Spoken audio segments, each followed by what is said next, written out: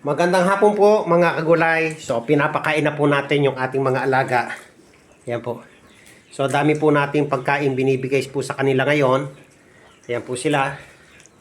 At pagkatapos nila kumain, linis lang tayo sandali ng bahay nila. At usually masabaw po yung pagkain nila ngayon. Ayan po, aray sakit ng tuhod ko. So yan po mga kagulay. Pinagluto ko po sila ng 2 pitso ng malaking manok. Actually, yung pinakain ko lang picture sa kanila ngayon, nasa 1 kilo, my God. May git po. Ayan po. Kain na lahat. Kain na lahat. Ayan. Ay, naku. Napakain. Ay, bilis. Maubos yung dito, oh. Ang bilis maubos. Ay. Ayan. Ayan po sila. Binibigyan ko po ng sabaw yung kanilang pagkain. Yung manok, oh, daming manok. May malunggay. Ayan, dami. Dami po. Ayan, tapos after po ng pagpapakain sa kanila, mga kagulay, ay paglilinis naman ng bahay. Ayan po.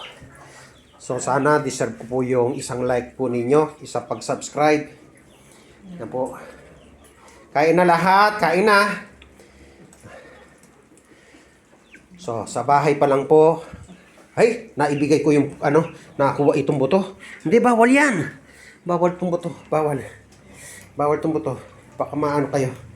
So, sana pa-support naman po. Ang pangangailangan ko lang po nito sa mga alaga ay yung pagbili po ng yung cat litter sun, cat litter box, at saka yung gamot po. Yung gamot, yun na medyo mahal. Nagkakahalaga po yun ng nasa halos 2,005. Yun lang isang gamot kasi yung clindamycin sa Mercury, almost 1,000 pesos.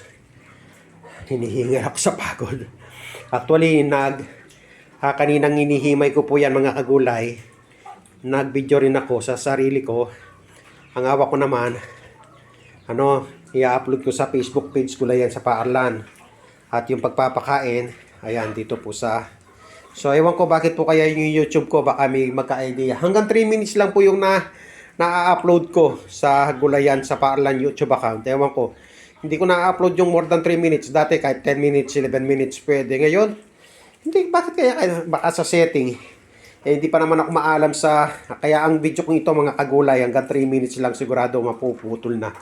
Kaya, sinasamantalo ko, sana paki-subscribe para magkaroon lang po tayo ng 1,000 followers para magsimula po yung tinatawag nating process para ma-monetize yung ating YouTube account. Maraming salamat po mga kagulay. Sana pa-support sa pangangailangan ng ating mga alaga. Maraming salamat po.